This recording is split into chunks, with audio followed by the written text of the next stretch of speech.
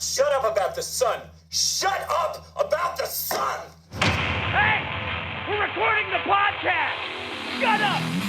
Good morning to you, wherever you are, because it is Over Somewhere for April 10th, 2024. My name is Bernie Burns. With me, sitting right over there, she will not shut up about the sun. Say hi to Ashley. Hi, Ashley. How you doing? Hey, I'm doing good. Doing good. Enjoying my morning. Enjoying the sun. I think I'm out of a job. Dude, you're out of a job. I don't think you get to do the intro anymore. I think we have to find a compromise here. Yesterday, our 4-year-old son, Finn, did the intro to the show, and I've been replaced. Look, I'm not going to say he knocked it out of the park, but I think he knocked it out of the park. I'm biased. I think we're biased, but I have to say, because I sat down and recorded with him, and he was great. He was great. I left in the cute flub of not knowing the date or whatever, but left it in. I think what I'll have to do is maybe I'll bring him back like as the end of it, the breaker. He can do that part of it. Yeah. Okay. Well, we do want to say thank you to every person who has gone to look at the Patreon. Thank you so much for your support. Yesterday was a great day getting started. Gives us, I think, a clearer path to the future, right, Ash, of what Absolutely, we're going to be doing. it does, yes. We just want to say we really appreciate everyone's support for going to Patreon.com/morning somewhere. Yeah, but thank you to everyone who went. If you're not sure what that is, we started a Patreon yesterday. And you can go to patreon.com/morning somewhere and see all the different benefits for the different tiers of membership.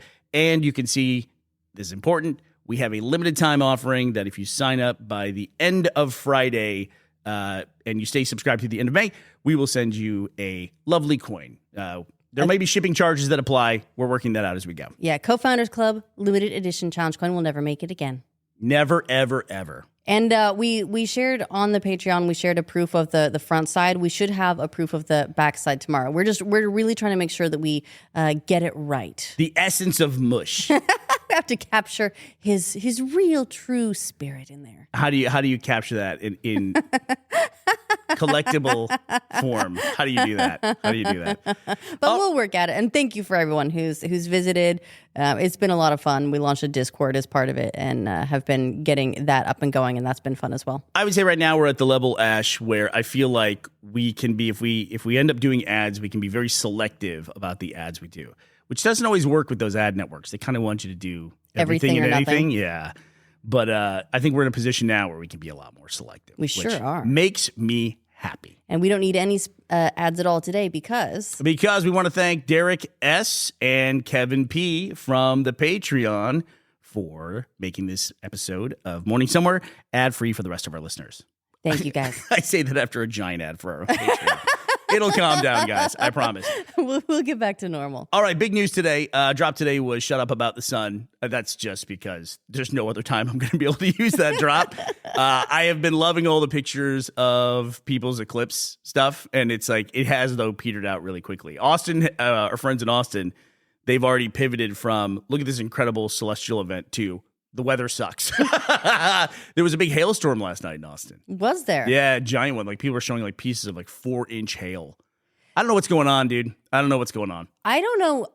I know what hail is theoretically, right? So I guess it falls out of the cloud and it's water, but it freezes before it gets to the ground and becomes a little ball of It ice. might freeze up there. How can they be that big though? It's a good question. I don't understand the physics of how hail can physically get that big. Well, space is cold.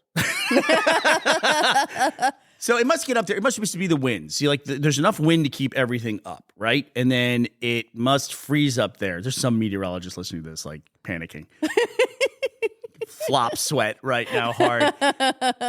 I think here's my layman opinion that the wind, it buffers it and keeps it up there, and then it freezes up in the clouds, and then it gets to a point where it's big enough and it falls. And then as it re-enters the atmosphere, it loses some ice weight. It loses ice weight from air friction. And then, it's even smaller. So up there, it's probably the size of a bowling ball. And then it aims straight for your car. All right. I do want to talk about, before we get too far away from it, I want to talk about the Joker trailer, if we can. Yes, we absolutely can. So I have not seen the first Joker movie, but I watched the Joker 2 trailer. Love Lady Gaga. I will. Anything she's about, I'm about.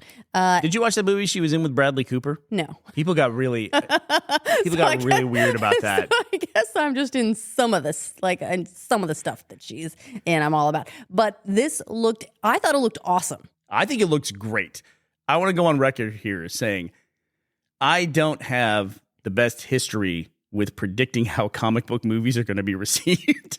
I acknowledge that. I think I got Iron Man right, and after that, all wrong. But my biggest miss was Guardians of the Galaxy. Oh, yeah. I remember we both thought that, though. We saw the trailer, and we're like, okay. There's the green lady, the furry guy. The tree. The tree. Of course, there's the tree. And Chris Pratt. Okay, this is going to be great. Well, I remember the comic. It came out amazing. It came out amazing, and I would argue it was a pivot point. Like, it's the fulcrum for the MCU. Switching from a more serious tone into a more comedic tone, would you say? And I would say a lot of people, I think, give Thor Ragnarok credit for that, but it was really, I think, Guardians that paved the way for it. Which makes me wonder, what is the DCU going to be? Is it DCCU? DCU? I don't know. Anyway, the DC Cinematic Universe, of which Joker is not a part, I don't think. No, it's in parallel Batman. They got to clean up their act over there. I don't know. You know what? I am fine with it being its own thing because this looks cool. And this is the kind of movie that I don't think you would get in just the general DC universe, but it's a musical, I think. I think it's a great, I love it. I think it's a wild choice. I like when people take risks. I like that they're doing it. Yeah, it seems like it's also going to be a lot of fun to watch, regardless of the story, which still seems intriguing, but also just like the cinematography and like the visual stunts that they pull with it.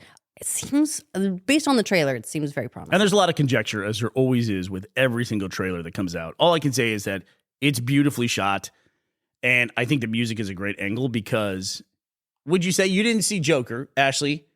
You're a female, right? We live in a society. You know, we're living in a society. Is there a reason why you did not watch Joker? Kind of just didn't get to it. And then there was so much like discussion around it that were you turned off by the audience? Put me off a little bit. Okay. I don't want to lead the witness here. But. And so it never quite just got to the top of my must-watch list. Okay. And I'm already, like, everything, my to-read list, to-watch list, to playlist, they're all falling so far behind of priority things anyway that if you're not fighting your way to the top of the list, I'm going to miss you. I'm so sorry. Okay, well, let me ask you this. Now that you've seen the trailer for Joker 2, was it Folie à Deux? Folie à Deux. Yeah, which is a clinical term. I looked it up. It means like a delusion that affects two people in particular. Fair enough. But let me ask you this. Now that you've seen the trailer for it, do you feel like you want to go back and watch Joker before it comes out? I probably should. Well, there you go. And for people who like think this is weird, to have a musical, it's an interesting thing. It brings in new people, and it's going to want them to go see now the original one. Or the first one. The original doesn't apply to Joker anymore. But the first one, and before the second one comes out. So I think that's a good thing if you're a fan of the franchise. But one of the things that I remember you mentioned when you sat me down to watch this Joker 2 trailer is listen, that makes it sound so like I had my hands on your shoulders going, watch this. Don't look away. No, but you were saying that the music seemed really important to the story that they're telling. There was an opening quote in it where, I don't know who's saying it, but someone talks about how you use music is fundamental to life and you use it to repair the fractures in your life. And it just reminded me of the very first introduction of the iPod by Steve Jobs. And I've talked about this on podcasts before, but it's one of to me, a fascinating moment in the world of business because we all know what Apple turned into, right? We know what it's become. Have you heard the rumors that Apple might try to buy Disney? That would be interesting. That'd be wild. I mean, they're one of the only companies in the world that could do that, but my understanding was that Disney's not for sale. Right. But it just like the rumor, even if that was like on the table as a possibility, that's crazy to show how big Apple is as a company. And Apple is famous for having just boatloads of cash. I mean, at some point, what do you do with it all, right? Gotta do something. You just got to put it on a boat. But why don't you buy yourself a Disney? You deserve it. You know what? treat yourself. But you go back in the 90s, Apple was a dog. I mean, it was like, I think at one point Microsoft had to invest in them so that Microsoft wouldn't seem like a monopoly. Bernie, how dare you? They came in grape. They had their iMacs that looked like, gosh, you go back and look at that now. Who would buy a computer like that? But you know what, though? To some degree, I miss that era of fun technology. Everything now is really sleek, and there's not a lot of fun going on in the consumer tech space. You know what I mean? Yeah, there was a point in time in the 90s where the aesthetic of colorful and clear and see-through. Colorful, clear. Oh, my God. It was a big deal. The green, transparent Nintendo 64 with Donkey Kong. That was like, that was a jam. And then like guys would try to go, they didn't want to be too colorful, you know? They didn't want to walk that line, so they would get the black smoke see-through, which just looks dirty. It just looks like you have this murky thing. But yeah, Apple was a dog, and in 2001, I think it is. We'll put a link. 2001 is when they introduced it. But I was reminded of this because he's talking about how important the iPod is going to be to revolutionize their company because people connect to music, and music is a fundamental, important part of all of our lives. And everyone's like, okay, but he was right. They put out that iPod. It completely changed their company, completely changed it. And it has evolved. You know, now we have the iPhone. It's not the iPod. And I guess the iPod still exists. Nobody really buys them, I don't think. Does it? Wow, that's kind of impressive, actually. I think I think they still like making those iPods, those dedicated music players. But your phone just does every single goddamn thing, except for tell you the temperature. But I won't go off. So I'm excited about Joker. I think it'll draw in new people. I thought some of the shots in that are gorgeous. I don't know how you can watch that trailer, watch the last shot in that trailer, and not be excited about that movie. No, I'm stoked. A quick fact check. Apple discontinued the iPod product line on May 10th, 2022. 2022. Another victim of the pandemic. Cowards! No respect. I was thinking, too, about Curb Your Enthusiasm. Just ended. It's just ended its final episode of its Yeah, how long was that run? Do you know? It's 12. It was 12 series, but they skipped a couple years, didn't 12 they? seasons if you're keeping score in America. Yeah. Yes. But how far was it spread across? 24 years. What? Wait, they did an average of a season every 2 years? Man, it's HBO. They can get away with that if they want to. True. Curb Your Enthusiasm. Let's see when this thing came up. Curb Your Enthusiasm debuted in the year 2000, October 15th, 2000. It's important to note, though, that they had a 6-year break. So they concluded in 2011 and then picked up again 6 years later. You sound like me talking about Homestar Runner whenever the longevity of Red vs. Blue comes up. It's like people are like, well, you know, Homestar Runner's been around long. It's like they stopped for like 8 years. Still counts. Still counts. It is crazy for me to think about, though, because I think of Red vs. Blue as being this incredibly old production. 21 years it will have been going when Restoration comes out in early May. Check it out on Max. Is it on Max? I don't know where it is, actually. Max, and I think I should know these things before I promote it. I know that they're going to sell it on they'll sell it on like Prime and that kind of thing. So. To be fair, they've changed it on me like 18 times at this point. It was going to come out like last fall. This podcast was part of that. Remember, we were getting this podcast ready to go because we wanted to have... we'll be able to talk about Red versus Blue and promote that. How fun will that be? We wanted something to have something to follow up after Red versus Blue, so we had the podcast ready to go. We were finally like, fuck it, let's just put this podcast out. It'll be available for home video purchase, on May 7th. May 7th. 7th of May, if you're not in America. 7th of May. I'm excited. I think I'm going to go see Civil War tomorrow. That's exciting. At a late night screening. Ooh, get in the mood with the dark. What's that? Get in the mood with the dark. I feel like this is going to be one of those films that you don't come out of happy. I will be introspective, I think. Yeah, so it's like the dark will like keep you company afterwards. You know who else I think we might be able to sell Disney to if we really want to? Who's that? Someone in Portland, Oregon. You know why? The Powerball. Oh, has been won. Powerball. Was it one person that won it? It was one ticket. A Powerball player in Portland, Oregon won the jackpot worth more than $1.3 billion. A single ticket. Portland, Oregon. That buys a lot of hacky sacks and unicycles. Those little sticks that you juggle with back and forth. You can buy a lot of those. Single-handedly bring the iPod back. Or it's like 1 cup of artisanal coffee.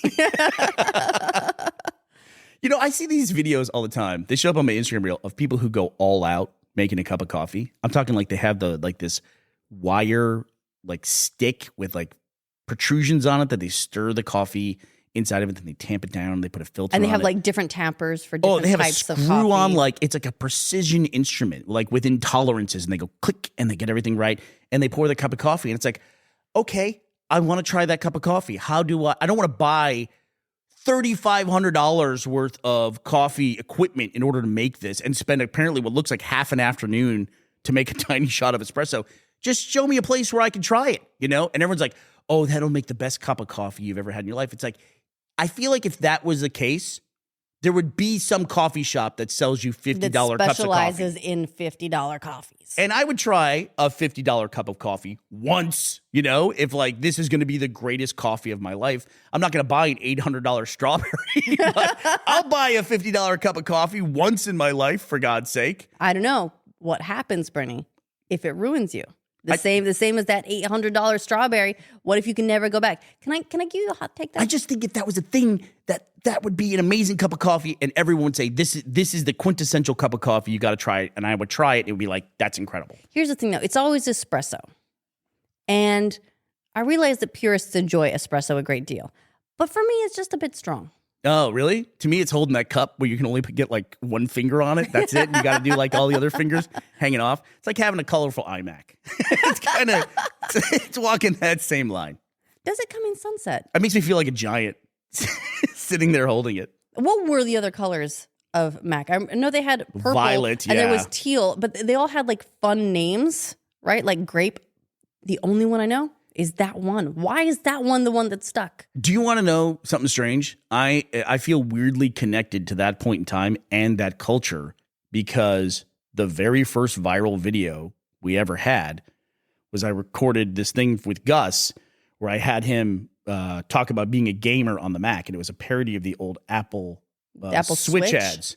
Do you remember the one with the girl who was stoned? She's clearly stoned in an Apple ad. No. One that went on TV. Really? Oh, she became the darling of the internet for a couple of months.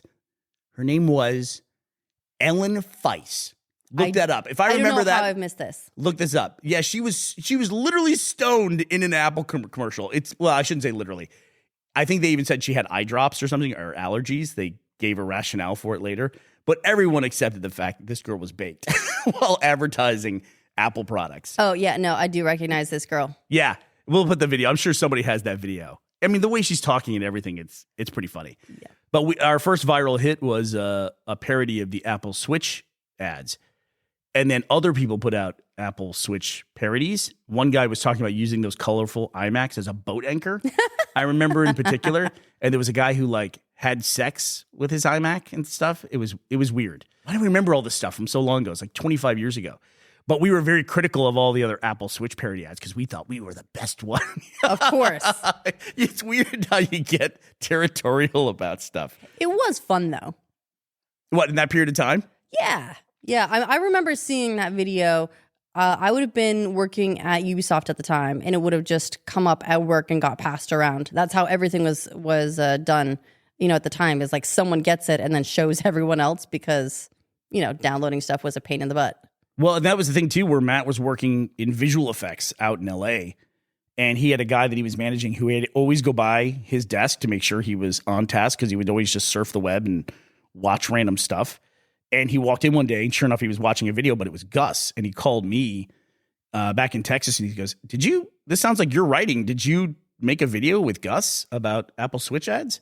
And I said, we made that yesterday, 4 p.m., or 6 p.m. after work.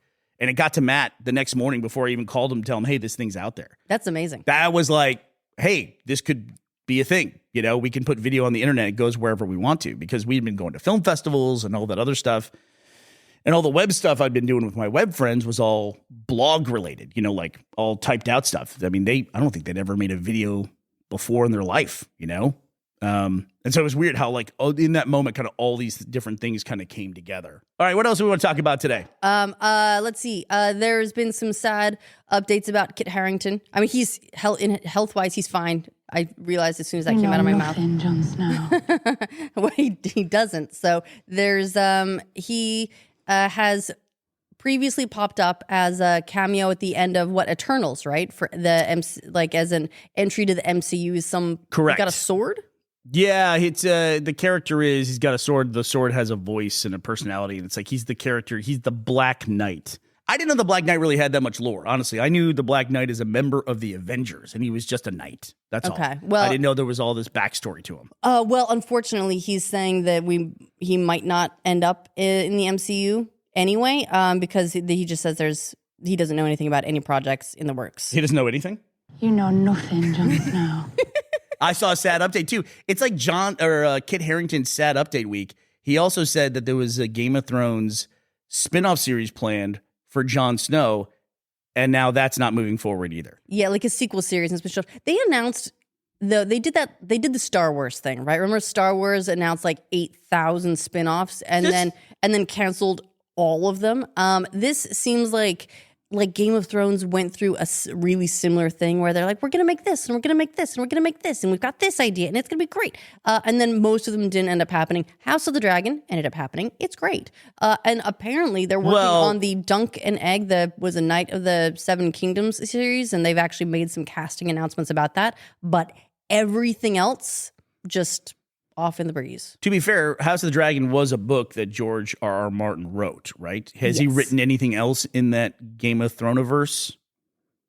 A cookbook, maybe? Is that a real thing? There is a Game of Thrones cookbook. I don't think he wrote it. So he's written. I think we have 2 copies. Of the it, song by of the way. the Song of Ice and Fire, right? Yeah. And then he wrote House of the Dragon. Nothing else in there. There's no Silmarillion, equivalent or anything like that. I think House of the Dragon is the Silmarillion equivalent. Okay. It's more like it's written more like a history book than a novel.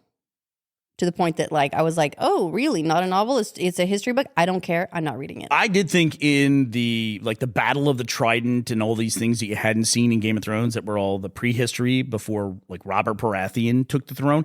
Those were all fascinating things whenever they would talk about them. I wanted to see those things. But how much of the fascination is in the imagining? That's true. That's the real question. Once they actually nail it down on paper or on the screen, is it as cool, or does it then start to devalue the just mythic levels those events have in your imagination because you haven't really seen them? And that in a way is putting you in the same as all the people in Westeros, right? They hear about these crazy battles and they're legendary, and actually seeing them might make them too human. And if you compare Star Wars to Game of Thrones, and you're right, Star Wars probably has, I think, for any other franchise, has the most amount of titles that were announced that then just don't happen.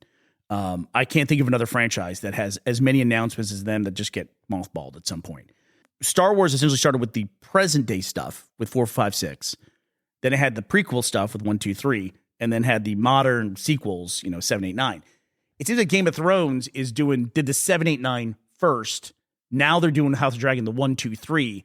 And what they're leaving is this sandwich middle room of all that stuff they talked about. They're leaving room for 4, 5, 6? Yeah, they could do their 4, 5, 6 last, which That's I think is true. Pretty interesting. Because then you'll be people will have had the introduction to this period, the aftermath of this period, and now they'll get to explore that period. And it could be amazing. It could be. It falls into a tricky, I feel like if you're trying to do middle stuff, it gets a little bit more difficult to do creative things because you know how it starts, you know how it ends, and there's not as much wiggle room to adjust the details. You know what I mean? Yeah, I do. It almost might be too predictable because you can't be like, oh, red wedding out of nowhere.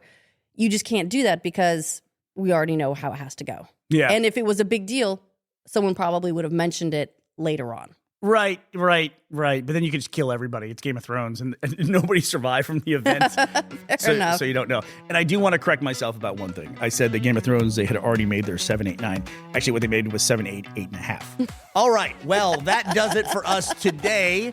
April 10th, 2024. Hey, if you're interested in supporting our Patreon, thank you very much. Please visit patreon.com/ Morning Somewhere. What was that, Ashley? It's patreon.com/morning somewhere. All right. We will be back to talk to you tomorrow. We hope you'll be here as well. Bye, everybody.